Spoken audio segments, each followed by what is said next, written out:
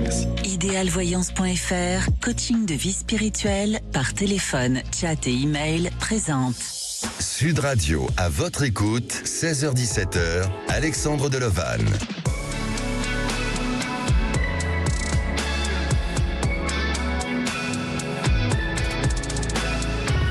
Et bonjour à tous, je suis heureux de vous retrouver pour cette heure de rendez-vous, cette heure d'écoute, d'accompagnement et de guidance. Alors vous souhaitez passer à l'antenne, ce numéro, le 0826 300 300. Je voulais vraiment vous remercier à vous les auditeurs pour tous les témoignages que vous communiquez chaque jour. Et hier, nous avons parlé du renouveau et Philippe, notre auditeur, nous a témoigné cette envie du renouveau. D'ailleurs, nous le rappellerons dans quelques semaines pour avoir de ces nouvelles concernant son changement de vie. Et si aujourd'hui on parlait du libre arbitre ? Tout à l'heure, j'aurai à mes côtés un expert des sciences parallèles et des arts divinatoires, Frédéric Williams, qui nous parlera du libre arbitre face à une consultation avec un praticien des arts divinatoires. Alors, si on se réfère à la définition du libre arbitre, c'est la capacité de prendre des décisions et d'agir selon sa propre volonté sans être contraint par des facteurs externes ou internes. Alors, c'est difficile de maîtriser son propre libre arbitre quand on fait face à une influence au-dessus de soi, mais le libre arbitre implique une certaine autonomie dans votre processus de choix. Et ce concept est souvent au cœur de nombreuses discussions philosophiques. À 16h30, Frédéric Williams donnera son point de vue à ce sujet. Sachez que cette émission vous donne la possibilité aussi d'agir sur votre libre arbitre, car elle est sans tabou, sans jugement et uniquement dans la bienveillance envers vous, nos chers auditeurs de Sud Radio. Un seul numéro d'appel, le 0826 300 300, mais aussi pour échanger et partager votre avis, c'est sur le groupe Facebook à votre écoute. À la réalisation de l'émission, Lucille, au standard, Aude et Zach. Sud Radio, à votre écoute, Alexandre Delovan.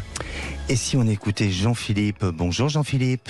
Bonjour Alexandre, merci d'avoir sélectionné mon appel. Merci à vous, alors bienvenue sur Sud Radio. Jean-Philippe, vous vivez une situation délicate avec votre femme. Vous êtes ensemble depuis 13 ans et pacsés depuis une dizaine d'années. Et vous vous interrogez, vous avez eu ensemble 2 enfants, je crois, et 2 autres d'une autre union. Est-ce que c'est bien cela ? Alors juste 2 enfants. Pour l'instant, ça me suffit. Ah, 2 enfants, pardon. Alors, excusez-moi pour l'information. Votre maison, vous avez une maison aujourd'hui ensemble, à vos 2 noms, et vous appréhendez justement la séparation due à la procédure qui va s'engager vis-à-vis de votre bien matériel. Alors, quels ont été les éléments déclencheurs pour en arriver à cette situation, à cette rupture, et pourquoi et comment vous avez vécu aussi ces longues années ensemble avec votre compagne ? Est-ce que vous pouvez nous raconter un peu tout ça ? Bon, disons que pour commencer par rapport à la maison, disons que c'est une maison où il y avait beaucoup de travaux à faire dedans. Oui. Une maison ancienne, donc il y avait vraiment de la rénovation vraiment dure à faire là-dessus, donc ça a pris énormément de temps.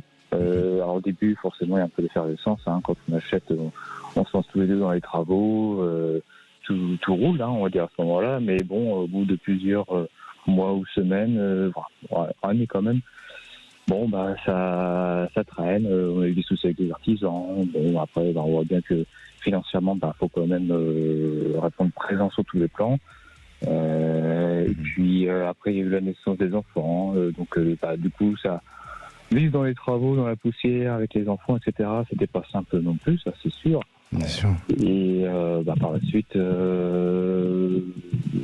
il a fallu, comme ma femme a arrêté de travailler, du coup j'étais plus que le seul à pouvoir financer l'ensemble des travaux, de l'emprunt, et puis puis pour faire vivre la famille tout simplement. Donc il a fallu que je travaille beaucoup plus que d'habitude, et plus la maison, plus, ça faisait un peu dans le sac.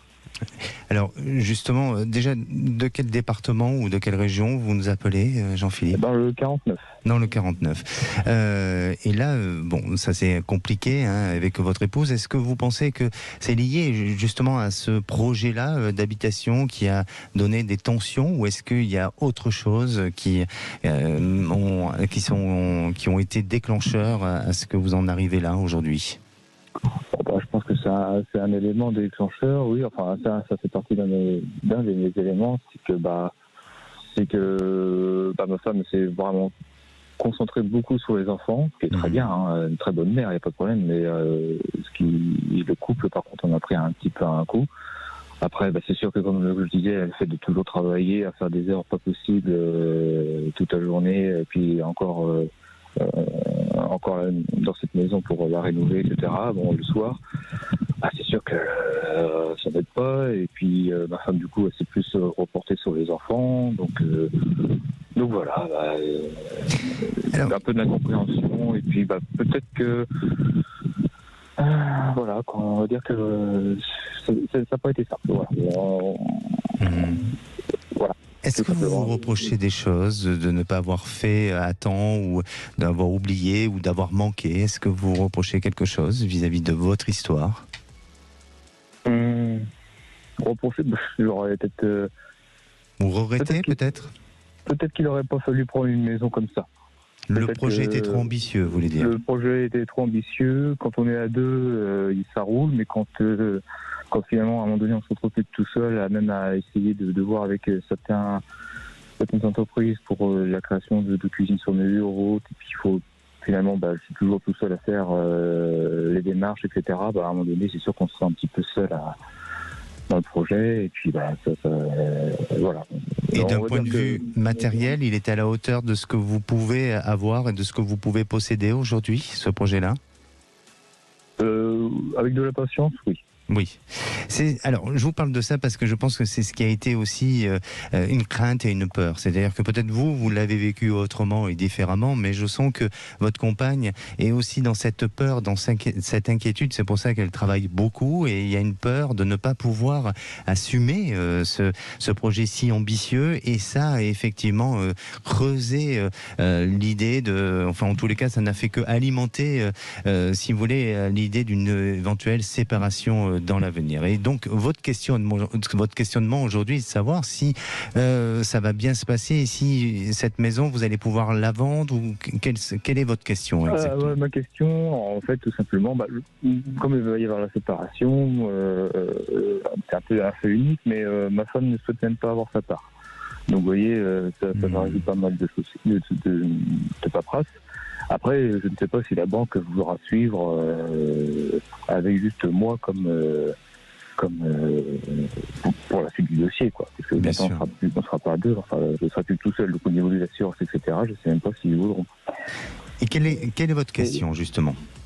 Alors, ma question, c'est pour simplement cette maison-là. Je voulais savoir, est-ce que ça restera sur le long terme quelque chose d'intéressant à rénover, ou est-ce que ça sera quelque chose ça fera un poids, en fait, et ça sera toujours du négatif, Alors, est-ce que je veux dire, est-ce que ça sera... Oui, bien sûr. Pardonnez-moi, je vous coupe parce qu'on est un peu pris par le temps, mais pour moi, oui, cette maison vous tient à cœur, et je vous sens vouloir défendre ce projet, vous battre pour ce projet, essayer de même après la séparation, de continuer et de perdurer dans ce projet-là. Ensuite, sur le long terme, je ressens une coupure ou un détachement face à ce lieu, face à cet endroit, parce qu'il y aura un besoin de vivre autre chose, et peut-être que votre vie sentimentale aussi va prendre une autre route, un autre chemin, et vous serez aspiré par autre chose, et ce que vous avez envie aujourd'hui comme projet sera très différent dans quelques années. Et donc, pour moi, je vous sens être dans une remise en question plus tard, et je vous sens pas pour autant garder cette habitation sur le long terme. Mais aujourd'hui, et pour répondre à votre question très clairement, je pense que les banques pourront vous suivre, et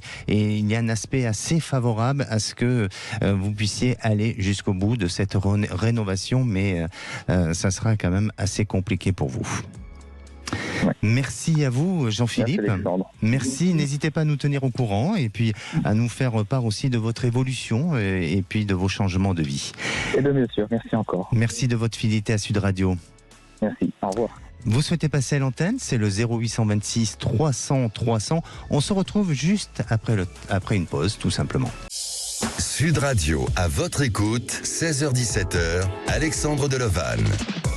Et de retour à votre écoute, une émission de partage, d'écoute, de guidance et d'accompagnement, comme notre précédent auditeur Jean-Philippe, qui nous a parlé là, avec une volonté de changer sa vie et d'agir aussi avec son libre arbitre. Alors, le savez-vous, le libre arbitre s'oppose au déterminisme et au fatalisme, mais s'oriente vers l'estime de soi.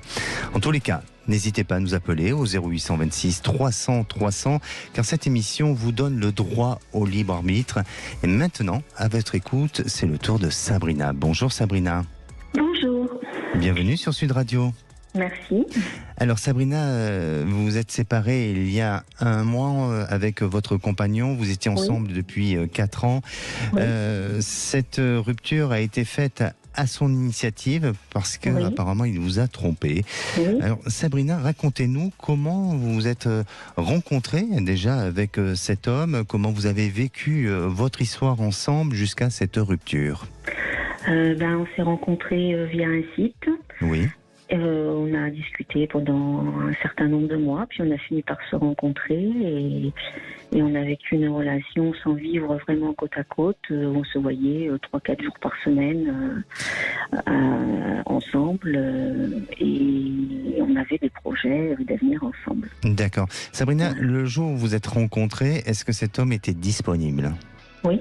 Il était totalement séparé de son passé, de son passif affectif, et il n'y avait pas quelque chose sur lequel il était encore en train de devoir faire le deuil ou quoi que ce soit.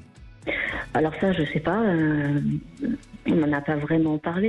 Il n'y avait pas eu de relation depuis un moment. Mais après, dire s'il lui avait fait le deuil ou pas, je ne sais pas. Mmh. Donc, vous avez vécu ensemble durant 4 ans. Comment ça s'est passé, le quotidien ensemble ? Il y avait beaucoup de hauts et beaucoup de bas.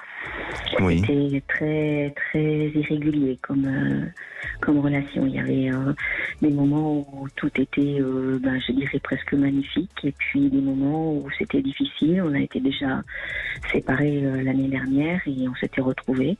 Mais là, c'est plus possible. Alors, quand vous parlez de haut et de bas, de par sa personnalité, de son instabilité d'humeur, quels étaient les éléments qui fragilisaient votre histoire ? Il n'était pas constant dans son discours, dans son humeur, ses mots. Un jour, vous étiez entre guillemets une princesse et le lendemain, vous étiez quelqu'un qui ne valait pas grand-chose. Et vous avez senti à un moment donné que cette histoire était peut-être vouée, je ne veux pas dire à l'échec, mais elle était amenée à aller vers une difficulté ensemble. Est-ce que vous l'avez senti ou tout simplement vous étiez restée confiante sur l'avenir ? Non, je le sentais parce que je me disais que si on avançait ensemble, de toute façon, j'aurais eu certains choix à faire qui n'étaient pas des choix très faciles et que ça pouvait déjà mettre, ne serait-ce que sans parler d'autre chose, la relation en péril. D'accord. Ensemble, vous avez eu des projets ? Oui. Oui. Et quels étaient les projets ? Les projets, c'était de créer des gîtes à base de bien-être et de soins énergétiques. Très bien. Et vous avez monté ce projet ? Moi, j'étais en train de vendre des parts de société pour ça, oui. Ah, d'accord. Et ça s'est arrêté juste au moment de cette idée de projet. Et vous n'avez pas été jusqu'au bout de la réalisation. Voilà, oui. Alors, infidélité dans votre couple. Comment vous en êtes aperçu de cette infidélité ? Son changement de comportement vis-à-vis de moi. Oui. Il était plus agressif, je sentais qu'il y avait quelque chose qui tournait pas rond, donc un jour je suis allée vérifier. Est-ce que vous avez eu peut-être votre intuition féminine qui vous a parlé et qui est votre petite voix intérieure qui a donné, je dirais, un signal d'alarme sur la situation.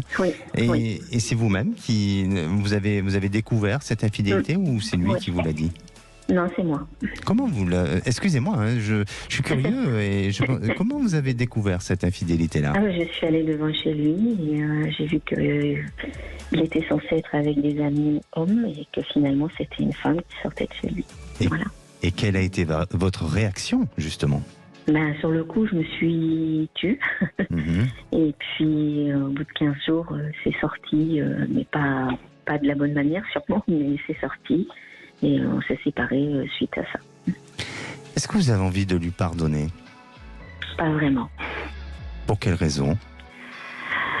Pour tout ce qui s'est passé avant, parce que voilà, je pense que c'était une suite presque logique ce qui s'est passé, donc non, pour le moment j'ai pas envie de lui pardonner. Vous n'avez pas envie? Bon, ça vous appartient, c'est votre libre arbitre, hein, oui. Justement on en parle aujourd'hui. Oui.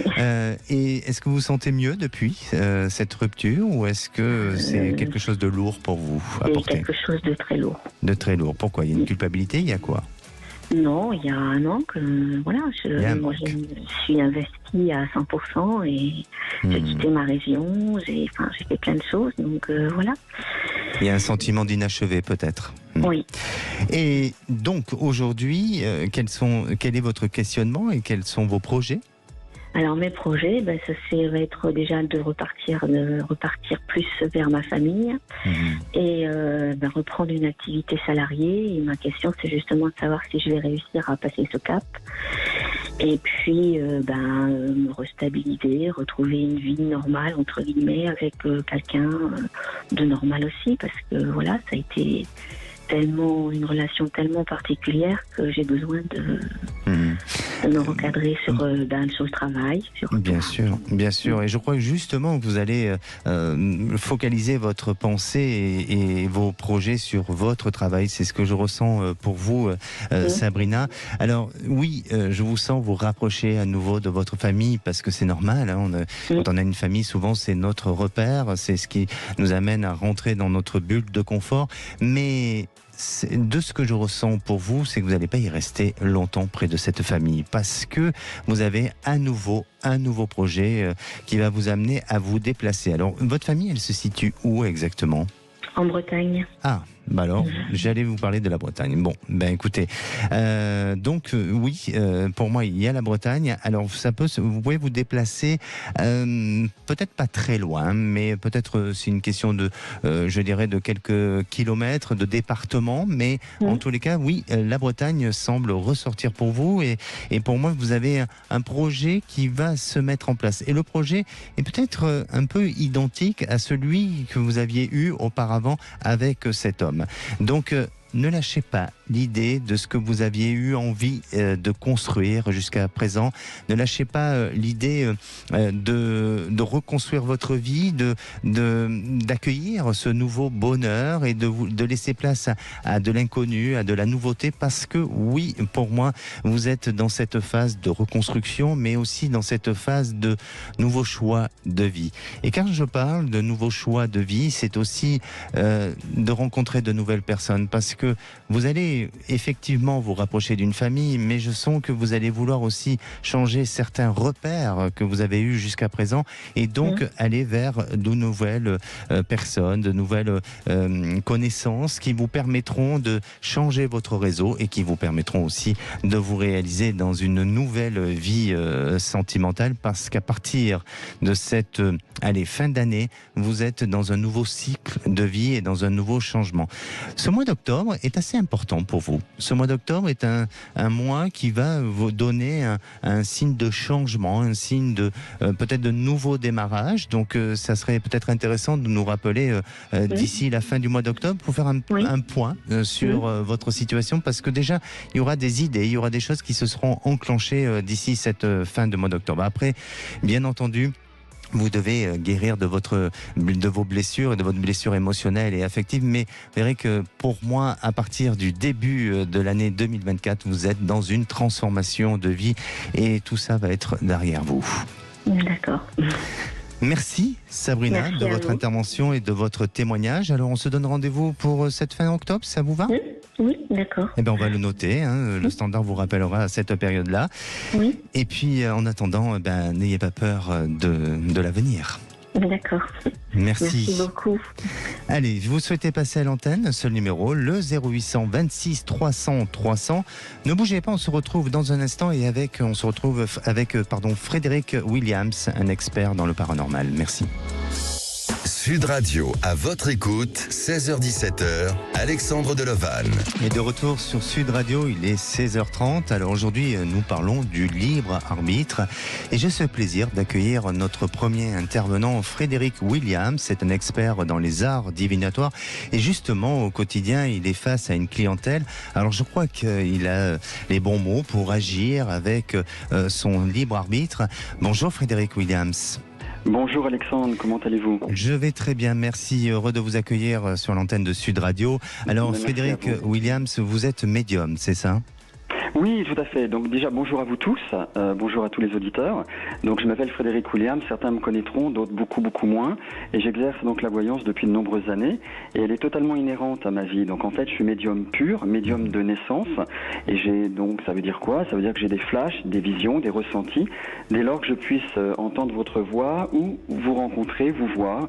Et c'est un mécanisme, c'est des choses qui se mettent en place effectivement comme une évidence au niveau de mon esprit, ayant ces visions et ses ressentis. Alors, j'utilise aussi évidemment mes oracles pour affiner ma voyance. D'accord. Alors Frédéric, justement, vous êtes face à une clientèle et c'est important d'avoir une bonne attitude pour faire une bonne consultation et puis ne pas aussi perturber le consultant que vous avez face à vous. Et justement, on parlera déjà à une prochaine intervention de la médiumnité, mais sur le libre arbitre, est-ce que vous pouvez nous donner des recommandations, des conseils avisés pour nos auditeurs de Sud Radio ? Tout à fait, Alexandre. Donc c'est vrai que le libre arbitre est une notion extrêmement importante, essentielle, je dirais même, en une consultation de voyance. Ça implique que le consultant doit rester libre dans ses choix et dans ses orientations à prendre. Le médium est là, effectivement, c'est vrai, Alexandre, pour prédire, prévenir, conseiller auquel cas, mais avant tout pour vous donner des clés. Et ça, c'est très important, pour vous donner des informations extrasensorielles qu'il aura lui-même reçues pour vous aider au mieux, vous aiguiller au mieux, et que vous puissiez prendre telle ou telle décision.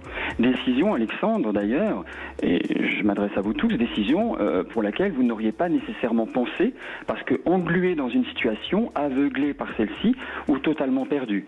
Donc c'est vrai qu'il me semble aussi rajouter une notion très importante, Alexandre, c'est qu'il me semble que rien ne soit nécessairement figé en voyance, à l'exception de certains événements marquants liés à notre destinée à nous tous.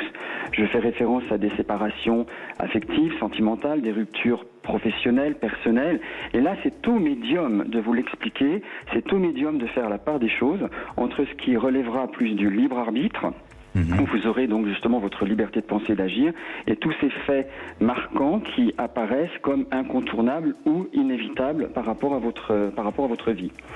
Alors, je citerai juste en conclusion, Alexandre, que l'expertise d'un médium ne se mesure... Alors, c'est vrai, c'est une question en même temps, c'est une conclusion, une question qui invite à réfléchir. L'expertise d'un médium ne se mesurerait-elle pas de par la qualité de ses prédictions, mais aussi par la capacité qu'il laissera à son consultant à agir en toute responsabilité. Ah, ça j'aime bien. Vraiment, voilà. Vous faites une jolie conclusion, j'aime bien. Alors, merci Frédéric de toutes ces recommandations. Merci à vous. On se retrouvera dès à présent tous les vendredis pour d'autres conseils. Et en attendant, je vous souhaite une bonne fin de journée. Merci Frédéric. Merci à vous, merci vendredi à vous prochain. Tous. Merci, au revoir. Et maintenant, si on écoutait Béatrice. Bonjour Béatrice. Oui, bonjour. Alors, Béatrice, vous nous appelez pour un petit appel au secours, si j'ose dire ainsi, parce que vous êtes dans une fragilité face à votre relation sentimentale. Et à ce jour, vous trouvez que votre relation avec votre compagnon est devenue un peu monotone. C'est le terme que vous employez, c'est bien ça? En fait, oui.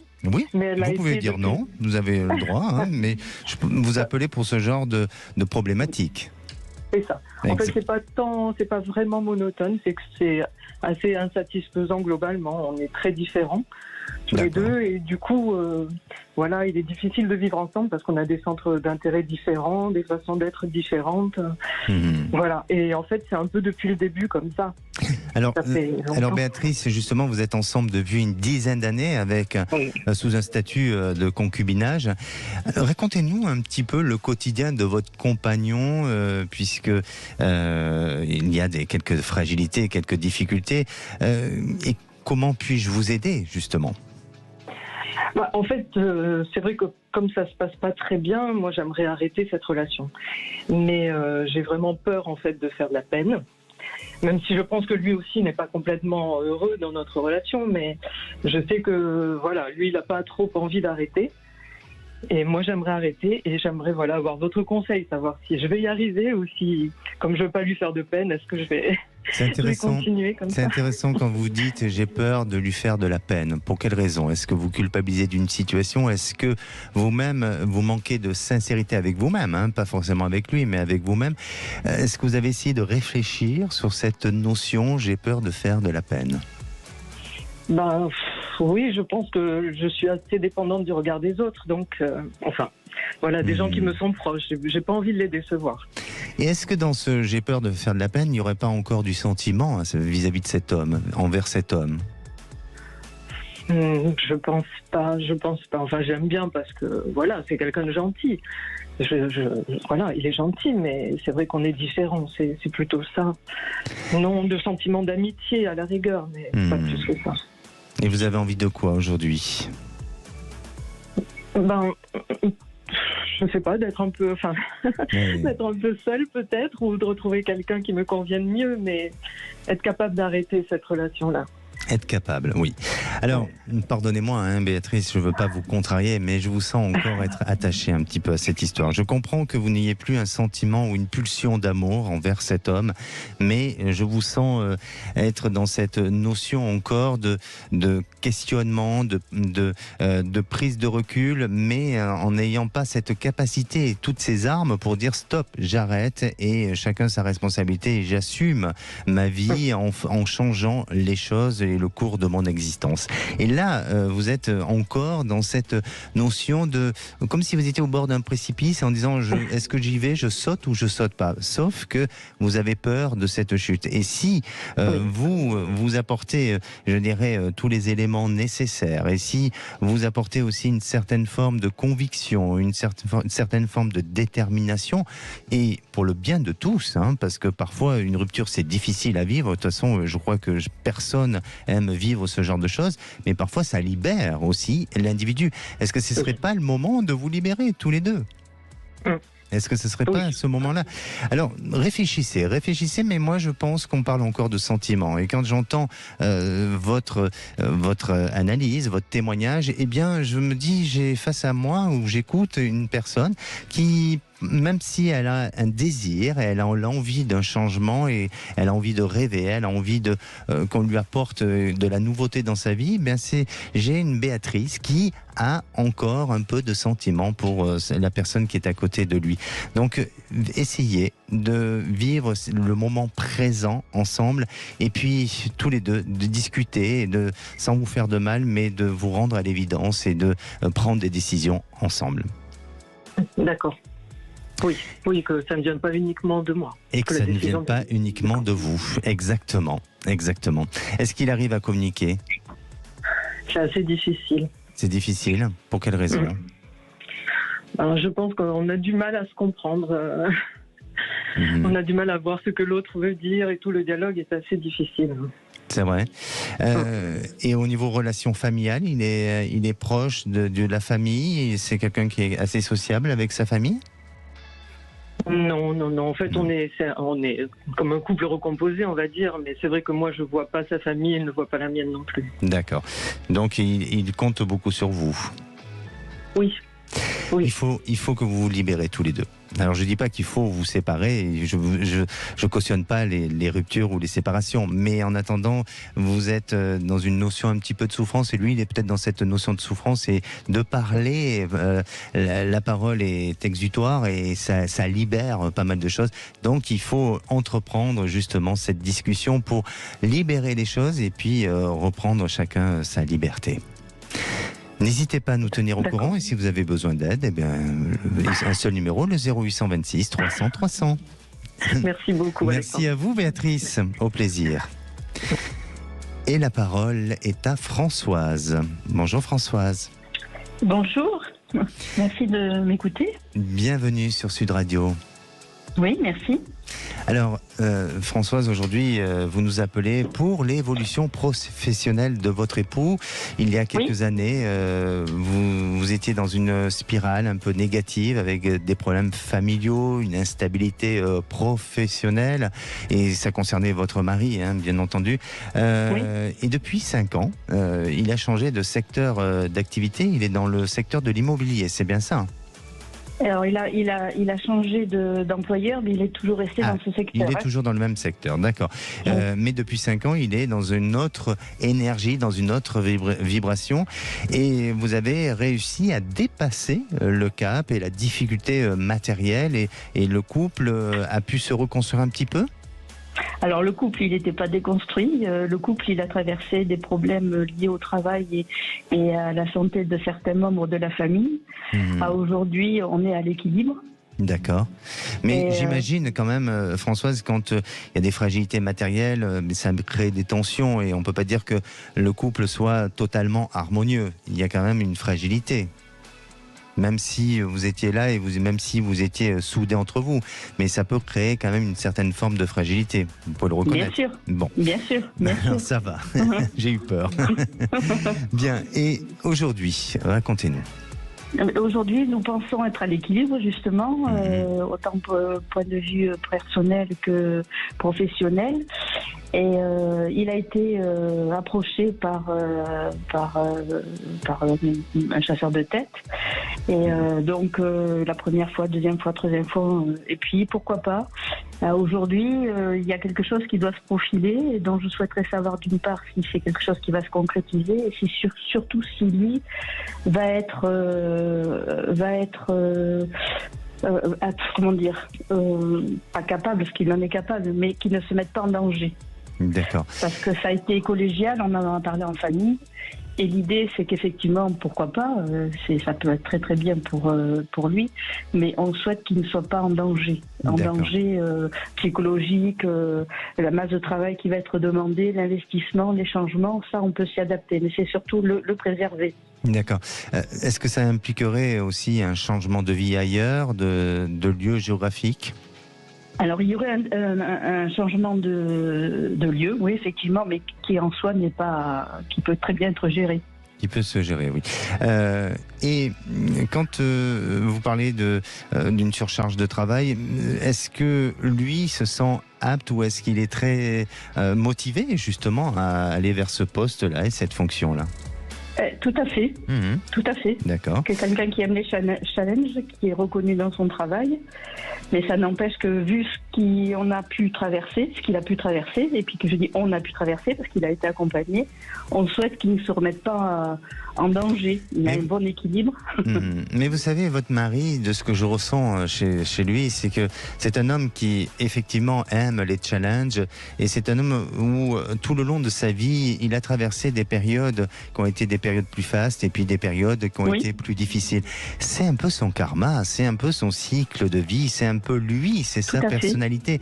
Et je crois que même si vous avez trouvé une stabilité, et avec l'âge, on n'a pas forcément envie de trop s'aventurer et de trop prendre de risques, ce qui est normal, et d'autant plus avec, on va dire, la situation sociale, politique extérieure qui font que ça nous amène à être un peu plus frileux.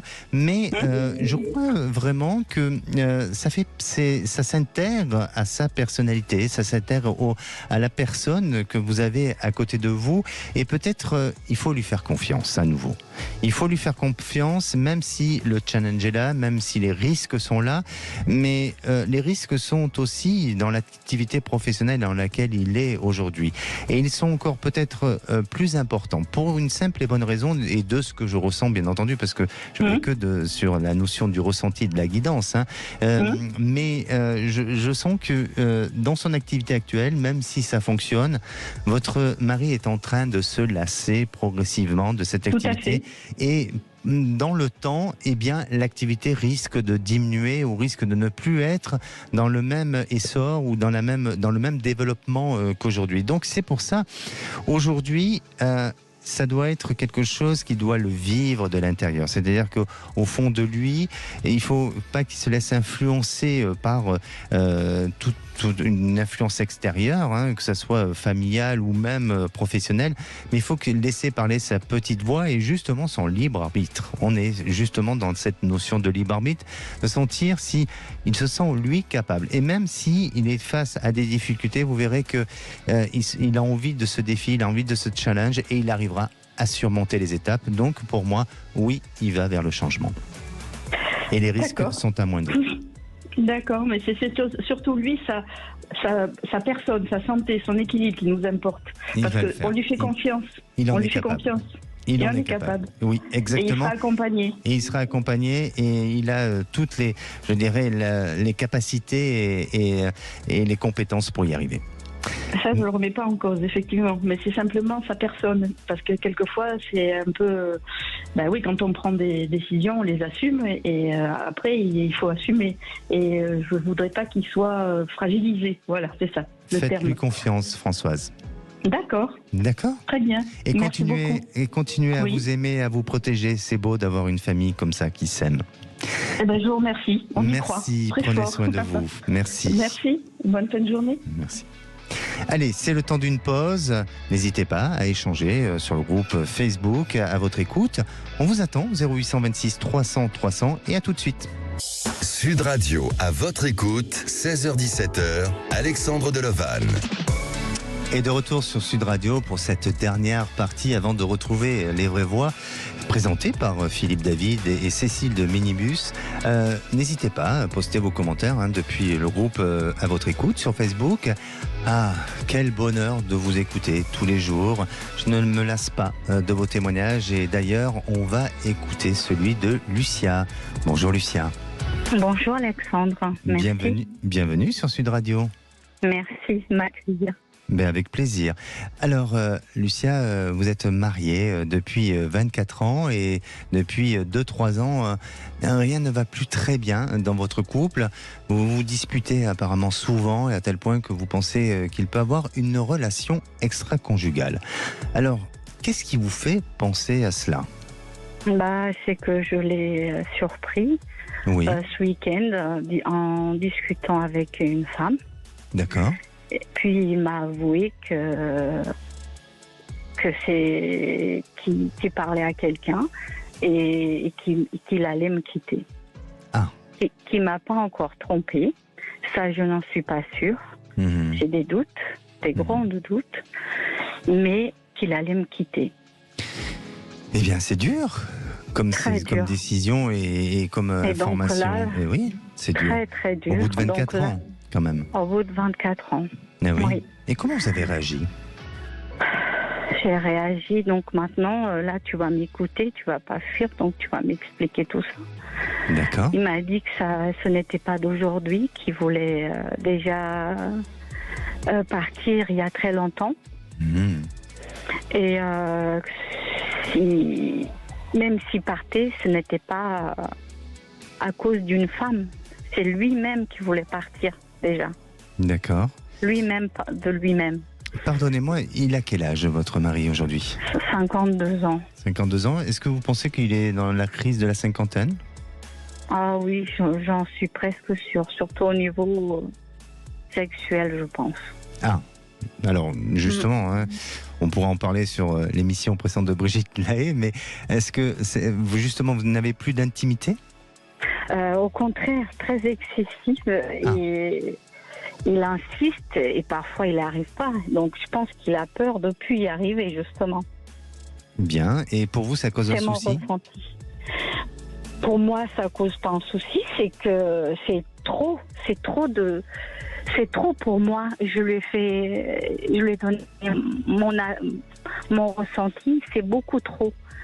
Pour moi, je ne peux pas avoir autant de rapports comme lui, il a envie. D'accord.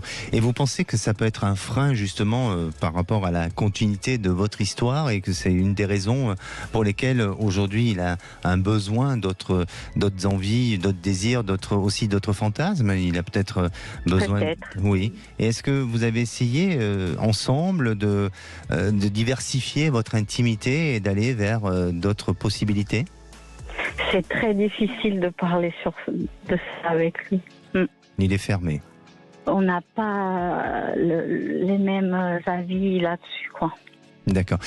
Alors, Lucia, bien sûr que cette mauvaise nouvelle vous est tombée là il y a quelques jours, durant ce week-end.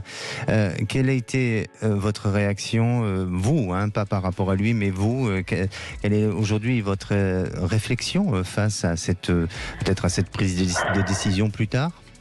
Moi, je lui ai dit tout ce que je veux, c'est que les enfants n'en pâtissent pas avec tout ça. Bien sûr, vous avez combien d'enfants? Deux. On a 2 enfants. D'accord. Et s'il faut se séparer, on se sépare. Mais j'ai peur pour eux, quoi. Vous avez peur pour vos enfants? Qu'ils en souffrent de tout ça, quoi. D'accord. Il a toujours fait en sorte quand même de vous protéger. Oui, ça et oui.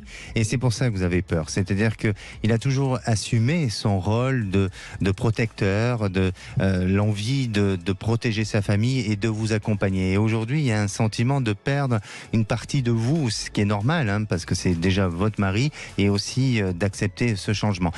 Alors, laissez du temps parce que je crois que lui-même a besoin de réfléchir, lui-même a besoin de vivre des moments de vague, peut-être de vouloir vivre aussi un peu son expérience extérieure et à la fois il n'a pas envie de s'exposer à travers ses divertissements, il n'a pas envie d'exposer ça dans la famille et il agit de manière peut-être impulsive, mais c'est aussi pour vous protéger.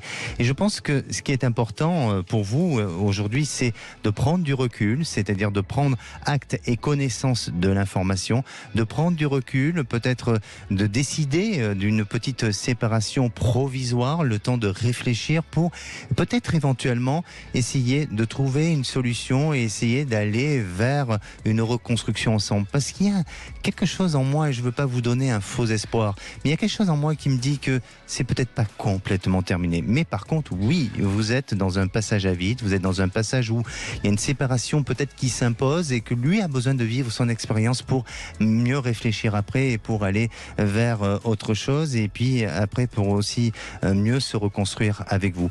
Donc, j'imagine que vous avez peur pour vos enfants, certes, mais il fera toujours en sorte de protéger les enfants et vous ferez toujours en sorte de protéger les enfants. Votre famille n'est pas en danger. Il faut juste accepter la situation du changement et accueillir les changements au fur et à mesure. Faites-le de cette manière-là. Vous verrez que les choses vont s'apaiser dans quelques mois. Merci beaucoup. Merci Lucia de votre témoignage et n'hésitez pas à nous rappeler. Au revoir. Merci. Et pour conclure sur cette émission, je dirais, c'est aussi par l'éducation qu'on cultive son propre libre arbitre, ce qui nous permet de juger en toute liberté. Allez, l'émission arrive à sa fin. Je vous donne rendez-vous dès à présent sur la page Facebook à votre écoute avec des conseils du jour et des extraits de l'émission. Surtout, prenez soin de vous et